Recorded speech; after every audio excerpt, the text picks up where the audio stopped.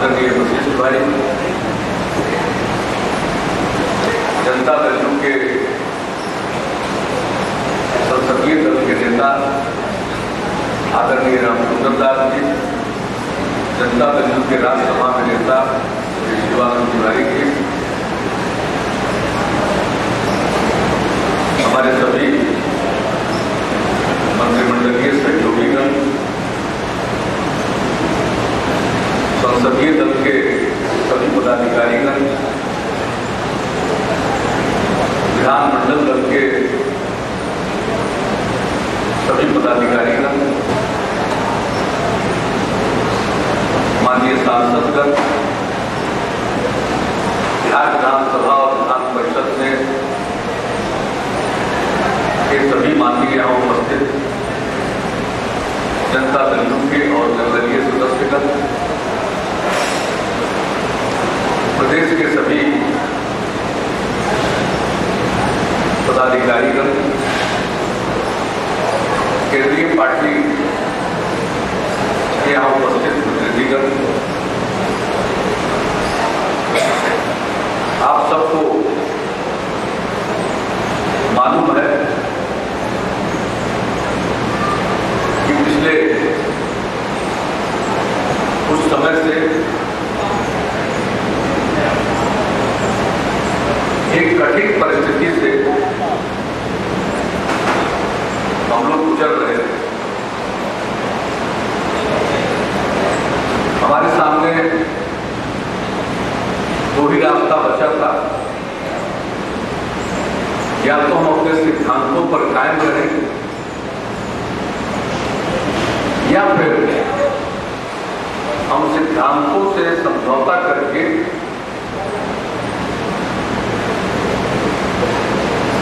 घुट कर जिए और अंतोगत्वा हम परजीवी हो जाए। दो ही रास्ते थे। हम लोगों ने प्रारंभ से संकेत दिया था कि हम अपने बुनियादी सिद्धांतों से समझौता नहीं कर सकते। पार्टी के राष्ट्रीय परिषद में राजनीतिक संकल्प पारित हुआ था और उसमें स्पष्ट रूप से उल्लेख किया गया था कि एनडीए को क्या करना चाहिए देश की मौजूदा स्थिति में। शुरू से जनता दल की मान्यता रही है कि सबसे बड़े दल का ही नेता अगर सरकार बनती हो तो प्रधानमंत्री का दायित्व निभाए। लेकिन प्रधानमंत्री का दावेदार ऐसा होना चाहिए जिसमें सबको साथ लेकर चलने की क्षमता हो। देश की जो विविधताएं हैं उसके मद्देनजर उसकी छवि सबको स्वीकार्य हो, जिसकी धर्मनिरपेक्ष छवि पर कोई आंच न हो, जिसका व्यक्तित्व विशाल हो,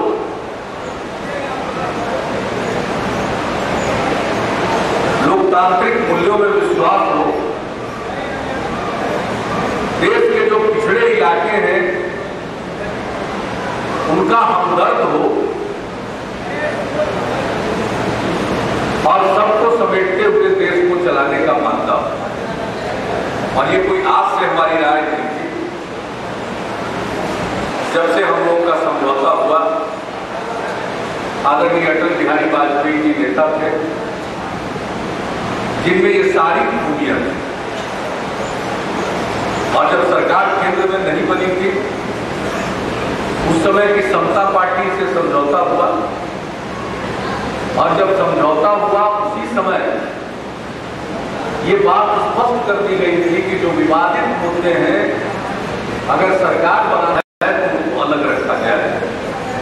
उस समय के विवादित मुद्दों के हिसाब से क्रमशः यह बात कही गई थी कि अयोध्या मुद्दे का, अयोध्या विवाद का समाधान या तो आपसी बातचीत से होगा या अदालती फैसले से होगा।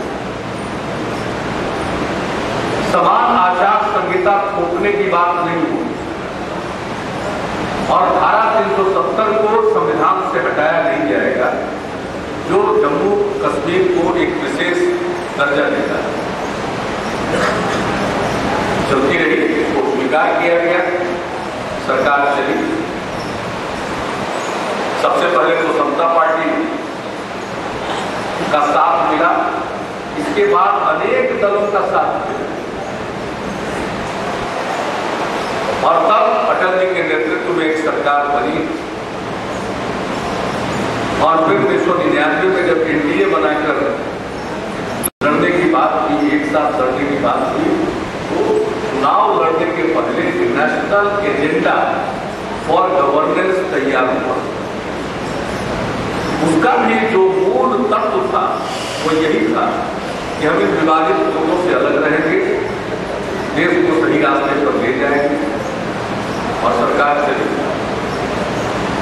ये तो हमारी मान्यता है और हमारा विचार है, वो जग जाहिर है और शुरू से उस पर हम लोगों ने कभी कोई समझौता नहीं।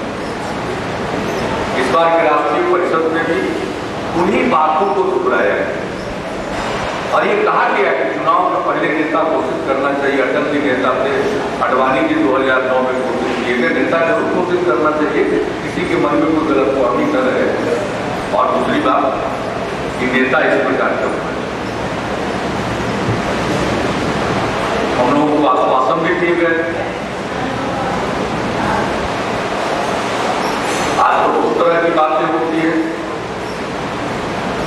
जब आने वाले दौर में बहुत सारी बातें कही जाएंगी तो बहुत सारी बातें बताई जाएंगी, लेकिन हम लोगों को आश्वस्त किया जाता है। लेकिन पिछले दिनों जिस ढंग से गोवा की बैठक में किया गया, उसमें कोई शक की गुंजाइश नहीं रह गई वो किस रास्ते पर बढ़ गए।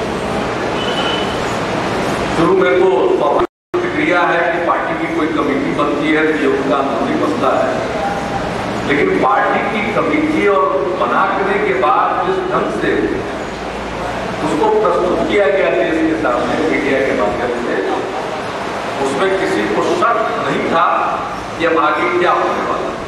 तो जनता दल को तो ऐसी परिस्थिति में सोचना था, हम तो सोचे थे कि ये वक्त अंतिम फैसले का आएगा और हम तो ये मना रहे थे कि ऐसी नौबत ना आए। लोग समझे इस देश में सरकार बनाने के लिए 272 एमपी चाहिए।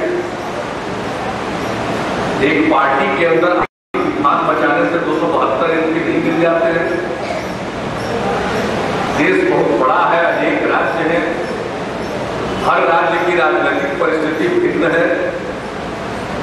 अब कोई एक पार्टी नहीं बची जिसका पूरे में प्रभाव हो।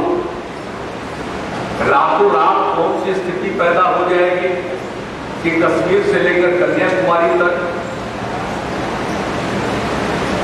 एक ही हवा बह जाएगी और पार्टी जिसका कोई ढांचा ना हो, उसकी परवाह किए बगैर लोग जिसको खड़ा किया जाएगा उसको वोट कर देंगे। ऐसे हालात इस देश में नहीं है। ये देश गठबंधन के दौर से गुजर रहा। वो जमाना था जब कांग्रेस पार्टी का सब जगह प्रभाव था, सभी राज्यों में प्रभाव था। 67 से राज्य उनके हाथ से खिसकने लगे, गैर कांग्रेसी सरकारें बनने लगी। 77 में केंद्र से वो गए, 80 में फिर आए, लेकिन फिर इसके बाद का जो दृश्य हुआ, आने जाने का सिलसिला राज्यों में तो शुरू ही हुआ, अंततोगत्वा केंद्र में भी 1989 के बाद से ऐसी स्थिति पैदा हुई है कि अब एक पार्टी के शासन का दौर खत्म, अब गठबंधन का दौर है। एनडीए गठबंधन बहुत अच्छे ढंग से अटल जी के नेतृत्व में चला। आज जरूरत इस बात की थी कि फिर से गठबंधन को ठीक ढंग से चलाया जाए। आज का जो एनडीए है, एनडीए था, अब तो हम लोग अलग हो गए कल से, लेकिन आप कल के पहले की बात को भी देखें पूरे एनडीए को, तो उसकी भी स्थिति ऐसी नहीं थी कि पूर्ण बहुमत प्राप्त कर सके, 272 ला सके। 272 की संख्या प्राप्त करने के लिए लोकसभा में अन्य दलों की जरूरत है, और उस हिसाब से सबसे बड़ी पार्टी को काम करना चाहिए, और हम लोगों का यही सुझाव है। लेकिन हम लोगों के सुझाव को दरकिनार करते हुए जिस ढंग से घोषित तौर पर, भले ही तकनीकी तौर पर कोई न कहे कि प्रधानमंत्री कौन है, ये कोई फॉर्मेट में तो कभी बात सामने नहीं आएगी, वो तकनीकी बात है, लेकिन राजनीति में राजनीतिक तौर पर किसी चीज को किस ढंग से प्रस्तुत किया जाता है उसी का मतलब होता है। तो जिस ढंग से प्रस्तुत किया गया उसमें कोई शक की गुंजाइश नहीं। वैसी हालत में बीच में तो कुछ भी बातचीत हुई या उधर से हम लोगों के पास से कैसे संपर्क साधा गया शरद जी से, उसमें इस तरह का कोई आश्वासन नहीं था कि आपकी जो चिंताएं हैं उनका हम ख्याल रख पाए। सिर्फ यही कहा जाता था कि भाई गठबंधन बना रहे, गठबंधन में बने रहने के लिए क्या हम लोगों के लिए अनुकूल परिस्थिति होनी चाहिए, उसके बारे में कोई संकेत नहीं, कोई गारंटी नहीं, सिर्फ बने रहे, सिर्फ बने रहे। तो यह तो फिर वैसी ही बात होती कि हम अपने आप को धोखा देते। दिन बीतता जाता, बात घबराती जाती, वक्त हाथ से निकल जाता, अंतिम वक्त आ जाता, लोग कहते अब क्या करेंगे, अब जैसा है वैसा चलिए, तो फिर सिद्धांतों से समझौता कर लीजिए, और सिद्धांत से समझौता करने के बाद आगे का जो समय है उसको चेंजिए, बदलिए। तो उससे अच्छा तो था कि भाई एक पॉलिटिकल पार्टी के रूप में हम अपने आप को विसर्जित करते हैं। तो इसलिए यह करना पड़ा उसूलों की खातिर। बिहार में तो ठीक से चल रहा था, पार्टी में जो दौर चला भारतीय जनता पार्टी में, वो तो ऐसा दौर चला कि भाई इसकी तुलना किस परिस्थिति से की जाए।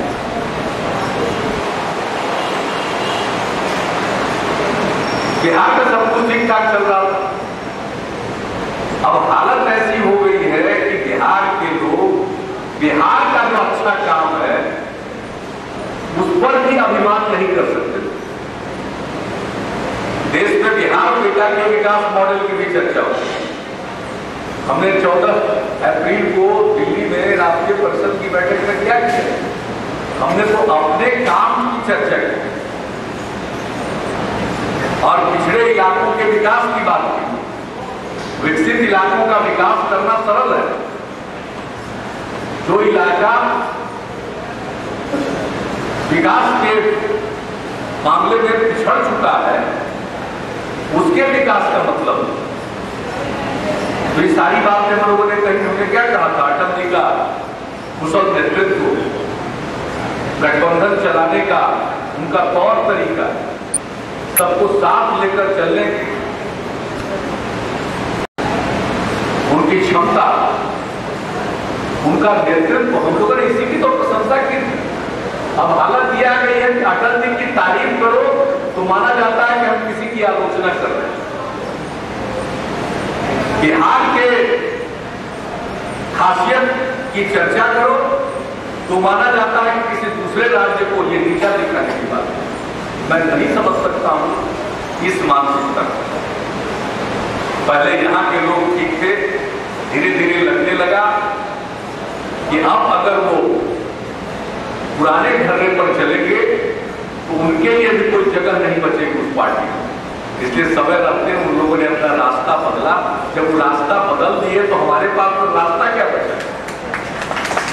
यहाँ के लोगों के भरोसे तो थे, अटल जी और अडवाणी जी के भरोसे दिल्ली में जो चलता था तब बीच में अडवाणी जी के साथ भी क्या स्वरूप होगी।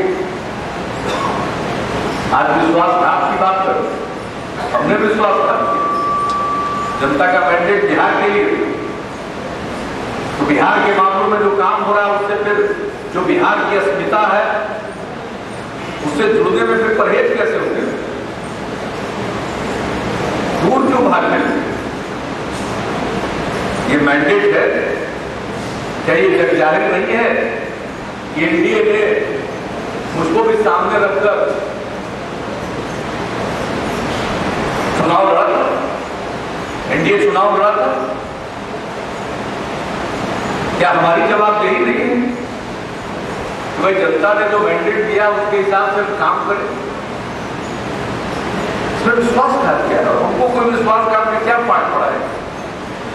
जो अपने बुजुर्गों का सम्मान न कर सके वो क्या विश्वासघात का पाठ पड़ा है। लोग आज बात करते हैं, हमारे सहयोगी थे, आजकल उनको रोज उतरना पड़ रहा है। हमको तो लगता है कि उनको उतरना पड़ रहा होगा, मन से उनको लगता होगा सब कुछ उतना अच्छा नहीं, लेकिन रहना है उस पार्टी में तो रोज उतरना पड़ेगा। मान्यता थी कि हमारे और उनके संबंध बहुत अच्छे हैं, तो अब तो तलवार भी को भांजना पड़ेगा। तो आज भी जॉर्ज साहब की बात करें, फिर जॉर्ज साहब की तो हम लोगों ने पूरी इज्जत की। 2009 में कुछ लोगों ने चढ़ा दिया फर्स्ट पे, जॉर्ज साहब को कौन बना, सामने है, खुल्लम खुल्ला है, अब किसी प्रकार का कंफ्यूजन नहीं है। देखिए एक तरफ सब लोग छाती पीट रहे हैं, पहले कह रहे थे कि साहब अब क्या करेंगे शरद यादव और नीतीश कुमार, बताए। जब हम लोगों ने लाइन ले लिया तब आजकल वो बन गए हैं बीजेपी के सिंपैथाइजर, बीजेपी को धोखा देंगे। अब नेता की ऐसी दुर्गति हो सकती है जो अपने को धर्मनिरपेक्ष करता है, ये दुर्गति हो सकती है कि वो ये बोले कि जनता दल यू के विधायक बीजेपी के संपर्क में, इतना उनको परेशानी। पर ऐसा लग रहा है कि किसी और पार्टी का मैनेजमेंट उन्होंने अपने हाथ में ले लिया।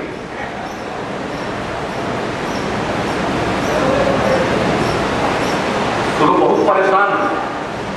ये सिद्धांत पर आधारित निर्णय से चारों तरफ परेशानी, और कल जो इतिहास लिखेगा वो ये नहीं कहेगा कि हम लोगों ने ऐसी परिस्थिति मुल्क में आई थी और हम भी मूक दर्शक बन के उसको देखते रहे। लोग कहेंगे कि लोगों ने सिद्धांत से समझौता नहीं किया, ये सबसे बड़ी बात। और बिहार में कौन लोग गलतफहमी के शिकार हैं, बहुत लोग बोलते कम हैं, वोट देना जानते हैं, समर्थन करना जानते हैं, बोलना नहीं जानते, क्योंकि बोलने के लिए उनके पास वक्त कहां। उनका तो दिन भर बीत जाता है मेहनत करने, तो बोलेंगे कब। ये बात सही है कि हमारे पास जुबान चलाने वालों की कमी, मेहनत करने वाले लोग की बहुत है। तो मेहनत करने वाले लोग तो मेहनत करेंगे और जब वक्त आएगा वो अपना आपको समर्थन दिखला देंगे, इसमें कोई शक नहीं। तो इससे कोई परेशान नहीं होना चाहिए। बहुत लोगों को लगता है कि बोलेंगे, अब खूब मीडिया में प्रचार होगा तो उसी से माहौल बन जाएगा, उसी से वोट मिल जाएगा। कुछ लोग सोशल मीडिया की बात आजकल कर रहे हैं, फेसबुक, ट्विटर, तरह तरह की बात होगी। 2 पत्रकार दिल्ली के आए थे, वो अभी परसों मिल रहे थे, इस अगुवापुर में बहुत लोग आए हुए थे, वो मिले, उन लोगों ने बताया कि जब टेलीविजन चैनल्स पर एक्सपर्ट के रूप में हम कोई बात रखते हैं और कोई व्यक्ति फोकस में आता है तो तत्काल एसएमएस से उनको गालियां दी जाती हैं। क्या देश को वहां ले जाने के लिए हम लोग बैठे हैं? बहुत लोगों को लगता होगा कि सोशल मीडिया, ट्विटर, इस पर हम दिन भर लिखते रहते हैं, एक एक आदमी का न जाने कितना अकाउंट होता है। एक गलतफहमी पैदा करने की कोशिश, जनमत उससे नहीं पता चलता है। आंधी और तूफान खड़ा करने से देश को कोई हिला नहीं सकता है। देश बहुत विशाल है। लोग समझ जाते हैं कि देश के लोग कम पढ़े लिखे हैं, उनको हम कहीं बहा लेंगे। इस देश के लोग भले ही बहुत लोग उसमें ज्यादा पढ़े लिखे न हो या पढ़े लिखे न हो, लेकिन ना समझ नहीं है, वो सब बातों को देखते हैं। देश को चलाना, सबको साथ लेकर चलना और आगे बढ़ना और न्याय के साथ विकास, समावेशी विकास। जो इलाका विकसित है उसका क्या विकास करना, उसके विकास में क्या खासियत है? बहुत लोग अभी शिवानंद जी ने चर्चा कर दी, तो हम नहीं चर्चा करते। ओबीसी और किस चीज की बात है, कहा जा रहा है कोई ओबीसी हो जाने मात्र से कोई ओबीसी का दिल नहीं जीत सकता। ओबीसी का मतलब पिछड़ा वर्ग। पहले तो अति पिछड़ा का अफवाह फैलाने की कोशिश हुई तो कट गया कि जिस राज्य के बारे में कहा जा रहा है वहां कोई अति पिछड़ा है ही नहीं, वर्गीकरण ही नहीं है। आज जिस जात के हैं वो ये जात यहाँ पर अति पिछड़ा में शुमार नहीं है अक्सर पर। इसलिए लगा कि पता नहीं, जात बताना पड़ेगा, फिर बड़ा फजीयत होगी। तो पिछड़ा वर्ग की बात की जा रही है। पिछड़े वर्ग का क्या मतलब है? पिछड़े वर्ग दर्द है। कोई सामाजिक आंदोलन में शरीक हुए हैं? अरे इस देश में एक नहीं अनेक सामाजिक आंदोलनों के हुआ रहे हैं। समाज सुधारक रहे, महात्मा ज्योतिबा फुले से लेकर राजनीति में चले आइए जननायक कर्पूरी ठाकुर जी, अनेक नेता हुए जिन्होंने अपने अपने ढंग से जागृति लाई। भाई काम होगा कॉर्पोरेट का, वोट लेना है तो बन जाइएगा आप पुलिस, नहीं चलता है। चौधरी चरण सिंह जी को उस समय उनका जात पिछड़े वर्ग की सूची में नहीं था, लेकिन पूरा उत्तर प्रदेश का पिछड़ा वर्ग उनके साथ। जात से किसी को समर्थन नहीं मिलता, उसकी नीतियों से, उसके काम से समर्थन मिलता। जो जिसका काम करेगा वो उसका समर्थन पाएगा। काम किसी और का, समर्थन किसी और से, लोगों को नासमझ समझने की दूर कर रहे हैं। तो अभी तो बात आगे बढ़ेगी तो दूर तक जाएगी, ये सब तो होगा।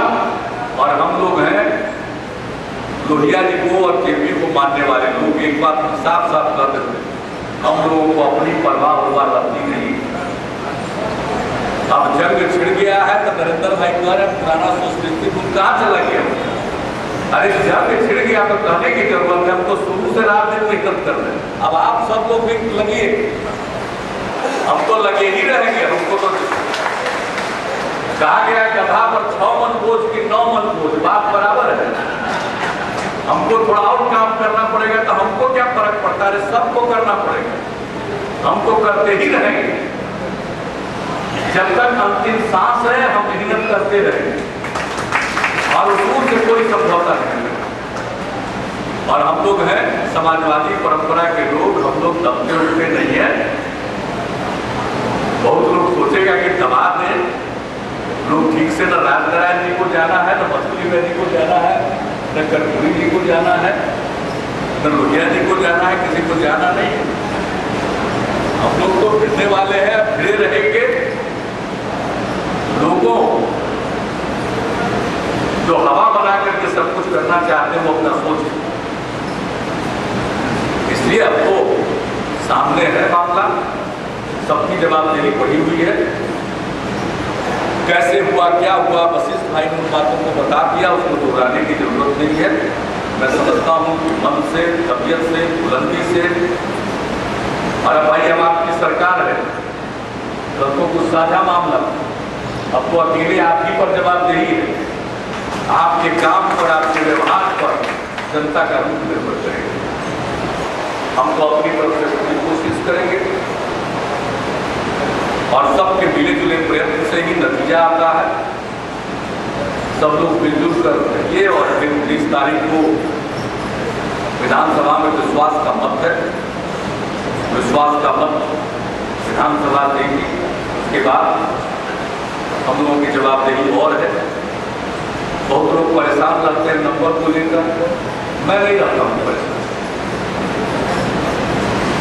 भाई हम लोगों को कोई हटाना चाहेगा तो जो विधानसभा है उसका तरीका ऐसा है कि सब लोगों को जनता दल का 118 को अगर मात देना है तो जितने लोग बाकी हैं सबको एक साथ संभव है। हम सिद्धांत पर चले गए,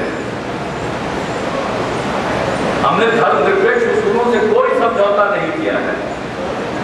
तो हम जब धर्मनिरपेक्ष उसूलों पर चल रहे हैं तो हमको लोग हटाना चाहेंगे तो आपस में मिलना पड़ेगा। और जो चेहरा जैसा होगा उसकी सफाई करने से कोई साबुन शैम्पू क्रीम से वो सफाई होगी नहीं, और दुनिया देखेगी। हम तो बहुत आनंदित रहेंगे, बहुत अच्छा है, सब लोग मिलजुल जाए, हमको क्या है। लेकिन उसको पूरा मालूम है हम लोगों के पास विधानसभा में भी लोगों का समर्थन है।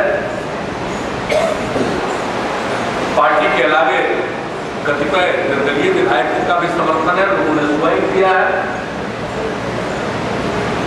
और उसके अलावे हम लोगों के प्रति शुभेच्छा बहुत है। और एक बात सबको मालूम है कि सरकार चलेगी तो यही चलेगी, वरना विधानसभा जाएगी। यह भी सब लोगों को मालूम है। इसलिए जो स्थिति है, हालात है बहुत स्पष्ट। आगे का सोचिए, अब जो हालात थे उस हालात में इसके सिवा कुछ दूसरा संभव नहीं था। रास्ते की बात हमारे सहयोगी मित्र थे, वो बोल रहे हैं भाई हमने तो पूरा चाहा, हम तो चाहते थे कि बुलाए, मालूम था कि उनके हाथ में गठबंधन बचाना नहीं है।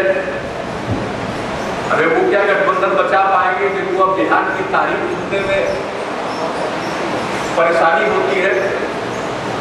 लेकिन हाँ, हम ये बात करना चाहते थे कि अलग होने का तरीका क्या है, कैसे हम लोग अलग हैं। और हम इस बड़ा स्थिति में थे कि जो वो कहेंगे हम मान लेंगे, लेकिन आए ही नहीं। हाँ कर ना करके अब आज बोल रहे हैं कि फोन पर बात करते, भाई फोन पर तो बात किया ही था, फोन पर तो हाँ कहा ही था। फिर जब आए नहीं, मना कर दिया कि नहीं आ सकते हैं, तो राजनीति में ऐसा होता नहीं है। कैबिनेट से इस्तीफा नहीं दिया, कैबिनेट में भी नहीं आए। अभी 2-3 बातें कही गई है, मैं विधानसभा में भी अगर बात आएगी तो कहूंगा। इतवार को कैबिनेट बुलाएगा, पहली बार कैबिनेट बुलाएगा। हमारी ही सरकार में अनेकों बार इतवार को कैबिनेट, मेरे कार्यकाल, ये भी जान लीजिए। मुख्यमंत्री आवास पर बुलाएगा, मुख्यमंत्री आवास पर भी अनेकों बार कैबिनेट हमारे कार्यकाल, पिछले कार्यकाल में दूसरे लोगों की बात नहीं कर। केंद्र में तो प्रधानमंत्री आवास पर बैठक होती ही होती है। तो ये सब एक कहिए कि लेन एक्सक्यूज है, रास्ता बन गया। बिहार के साथ नाइंसाफी की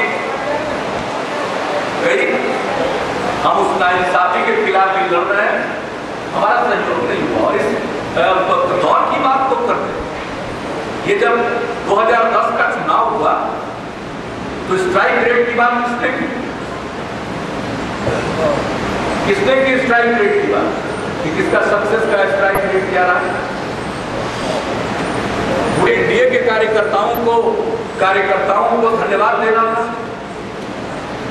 अलग पार्टी की मीटिंग किसने की? हम अति पिछड़ों को जोड़ रहे थे, अलग अलग जात का सम्मेलन किसने करवाना शुरू किया? हमारे लाख समझाने और कहने के बाद तो ये शुरू से जो रवैया 2010 के बाद हम देख रहे थे, लेकिन फिर भी हम सोचते थे कि इन बातों को नजरअंदाज करके हम लोग आगे साफ चलते गए, लेकिन पानी सिर के ऊपर पड़ गया, साफ साफ हो गया कि तुम सोए रहो, हम तुम्हारी गर्दन उतारेंगे। तो हमने तय किया सोए गर्दन उतरवाने से अच्छा है, अगर गर्दन ही उतरना है तो युद्ध के मैदान में उतरे और ये फैसला हो गया। और हमको पूरा मालूम है हम ही लोग कामयाब होंगे, उनका रास्ता गलत है। हमारा रास्ता सबको साथ लेकर चलने वाला, हमारा रास्ता समावेशी रास्ता, हमारा रास्ता इंसाफ का रास्ता। इसलिए हम ही लोग कामयाब होंगे, आगे भी कामयाब होंगे, लोकसभा में भी कामयाबी मिलेगी, विधानसभा में भी कामयाबी मिलेगी और बड़ी कामयाबी हासिल होगी। इस लक्ष्य के साथ हम लोग चलेंगे और पूरे हौसले के साथ चलेंगे, अपने काम को लेकर चलेंगे, अपने कार्यक्रमों को लेकर चलेंगे। आखिर में मैं यही बात कहूँगा कि सबके ऊपर जवाबदेही आएगी। ऐसा न हो कि हम ही को कहिए कि आपकी की जवाबदेही, सिर्फ मेरी नहीं, आप सब की है। यहाँ बैठे सब लोगों की जवाबदेही, मेरी और शरद जी की जवाबदेही नहीं है, ये सबों की जवाबदेही। लोकसभा का चुनाव सन्निकट है, वक्त बर्बाद किए बगैर हम तो यही चाहेंगे कि विस्तृत कार्यक्रम तैयार हो जाए। हमको जितना भाग दौड़ करना होगा हम भी भाग दौड़ करेंगे, सब लोग भाग दौड़ करेंगे, लेकिन हम लोगों के ऊपर दोहरी जवाबदेही है। एक संगठन को ये ऊपर जो जिम्मेवारी है वो काम भी करना है, सामने चुनाव है उसका भी काम करना है, दूसरी तरफ सरकार की जवाबदेही है, विश्वास पत्र प्राप्त होता है तो उसकी भी जवाबदेही है, वह भी ठीक ठाक ढंग से आगे बढ़े। कोशिश होगी बहुत तरह की बाधा डालने, कल भी ऐसी कोशिश हो सकती है, उत्तेजना फैलाने की कल भी कोशिश होगी। बंद के दौरान इस पर भी सचेत रहने की जरूरत है, इस पर भी सचेत रहने की जरूरत है। मैं आप सबको कहूंगा, आपके माननीय विधायक जन तो यहाँ रहेंगे, यहीं से ही हर जगह तो संपर्क में रखते ही हैं, जो साथी आए हुए वो सब लोग इस बात को दर्ज कर ले, नोट कर ले और पूरी मजबूती के साथ पार्टी का कार्यक्रम भी तय आदरणीय वशिष्ठ भाई करेंगे। हम सब लोग पूरे मनोयोग के साथ रहेंगे, गरीब शब्दों के साथ। आप सब लोगों ने जब ये परिस्थिति आई, एक एक व्यक्ति से पार्टी की तरफ से अलग अलग लोगों ने सबसे संपर्क साधा, सब लोगों ने कहा कि अब देर करने की जरूरत नहीं है, करना है तो जल्दी करना है।